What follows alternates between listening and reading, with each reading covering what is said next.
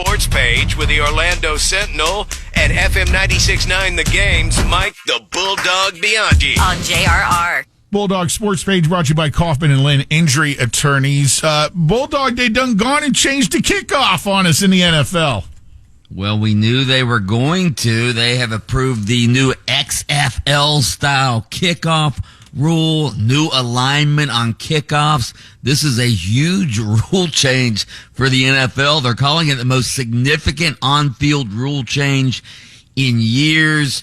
Kickers will continue to kick off from the 35-yard line, but the other 10 players on the kickoff team will line up at the receiving team's 40-yard line. At least 9 members of the return team will line up in the setup zone between the 35 and 30-yard lines.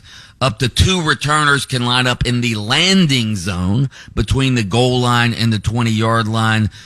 So no one other than the kicker and the returner can move until the ball hits the ground or hits one of the players in the landing zone. One of the players in the landing zone catches it. Touchbacks will be marked at the 30-yard line, and no fair catches will be allowed. I actually like this rule. It's going to increase returns. It's going to decrease those high-speed collisions. I think the NFL got it right on this one. No fair catches for the return team. Getting the ball at the 20, they're not going to be getting the ball at the 25-yard line anymore. Kickers get penalized for kicking it out of the end zone because the ball's then marked at the 30-yard line, which is pretty good field position for the receiving team. I like it. I like it. Last year, only 22% of kickoffs were returned in the NFL. The XFL's format resulted in 90% of kickoffs being returned. So you're going to have some returns now. Did, by chance, was there any data on how many XFL kickoffs were returned for touchdowns? I don't know. I didn't see that. I just know that 90% of kickoffs in the XFL the last 2 seasons were returned, whereas only 22% of NFL kickoffs were returned last year. Yeah, last time we talked about it, you guys had mentioned kicking it through the end zone, but that's eliminated now with this, so that's good. Well, you can still do. You're penalized. You can still do it, you're but penalized. So. Well, you get it at the 30-yard line. I mean, yeah, the receiving team gets it at the 30-yard line, which is pretty damn good field position. So kickers aren't going to be kicking the ball into the end zone and giving the other team the ball at the 30. Which is what I was getting at with, I'd love to know the statistics on how many, what the average return was, if there were touchdowns returned in the NFL with this format. And then you got to make it, it comes down to the statistics, right? Do you want to just let them start on the 30, or do you want to risk the return? We got to see how it plays out, I guess. Lentz, do you like it or not? I'm willing to give it a shot. Yeah. I want to see the guys, the first team to play it, set up, and how many times they screw up going, wait, I go where? Because that's confusing as hell. I'm just when you spell it out, it's confusing. I'm sure it'll be easy. It's, these guys only have so much to do. We'll get used to it. The NFL, by the way, the NFL. Go ahead. Were you going to talk about the Wednesday Christmas situation? Yeah, the NFL is going to have 2 games on Christmas Day, even though Christmas Day falls on a Wednesday this year. Obviously, the NFL is the Grinch that stole Christmas away from the NBA because now they're playing games on Wednesday. I guess the last time they played a Wednesday game, which obviously very rare, was during COVID when the Ravens-Steelers game had to be delayed from Thanksgiving Day till the following Wednesday. They don't normally play on Wednesdays, but the NFL's saying, hey, Christmas is ours now. We're going to start playing on Christmas no matter what day of the week it is, because the ratings are huge. They're going to schedule teams that had played the previous Saturday to play on that Wednesday. They haven't determined which teams those will be yet. Teams already hate the short week when they get scheduled on Thursdays, after having played on Sunday. So it'll be interesting to see which games they land on. Yeah, what about the NFL ruining Christmas for little Johnny, whose dad's going to be, glued to the TV set, and little Johnny's going to want to be outside playing catch with his new baseball glove, and Dad's going to go, nope, NFL's on. Sorry, kid. Baseball, schmaceball, we got football. Come on, Bulldog. You know how Christmas morning goes. The kids play with their toys for about 15 minutes, and then it's back to the usual operational procedures there. Or they play with the box it came in, usually. Right.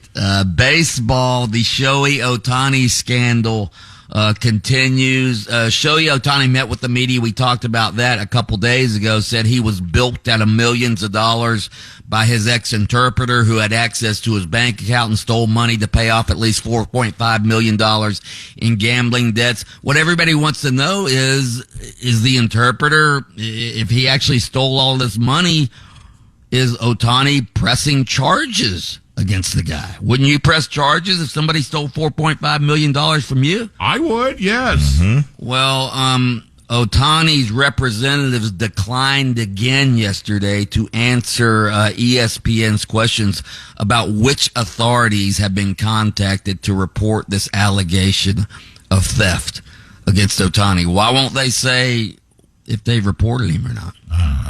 I'm sure MLB loves having this dark cloud hanging over them as opening day approaches tomorrow.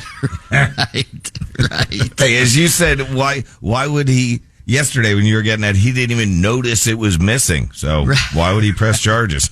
Yeah. So anyway, and was the accountant fired, by the way? Oh, God. How come this guy wasn't fired? The accountant didn't notice $4.5 million was missing. Hey, Magic take on the Golden State Warriors tonight. Obviously, getting near the end of the season. I think we have 10 games left now. Magic are in the 5th spot, one full game behind the Knicks at 4, 1.5 games behind Cleveland for the 3rd spot. Golden State is desperate, though. The Warriors are sitting in the 10th and final play-in spot in the West and are only a game ahead of the young, surging Houston Rockets. So Warriors need to win tonight. Magic would like to win, obviously, to try to move up in the playoff seeding. So big game for the Magic tonight. And the Warriors last night kicked Miami's asses down in South Florida. So they know they're in a state of desperation there. So Magic got to be careful. Absolutely, they do.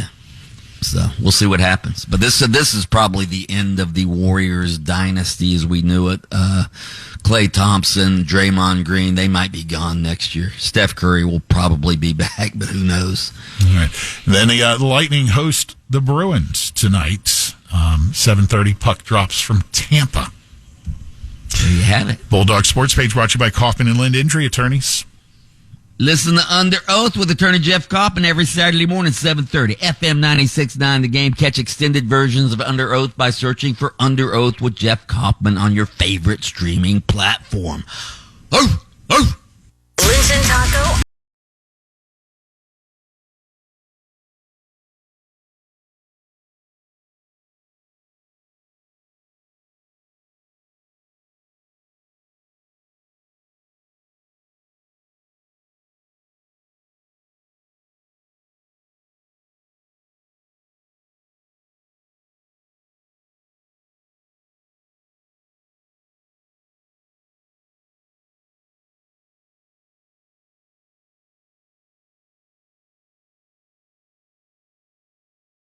WJRR, Orlando's rock station.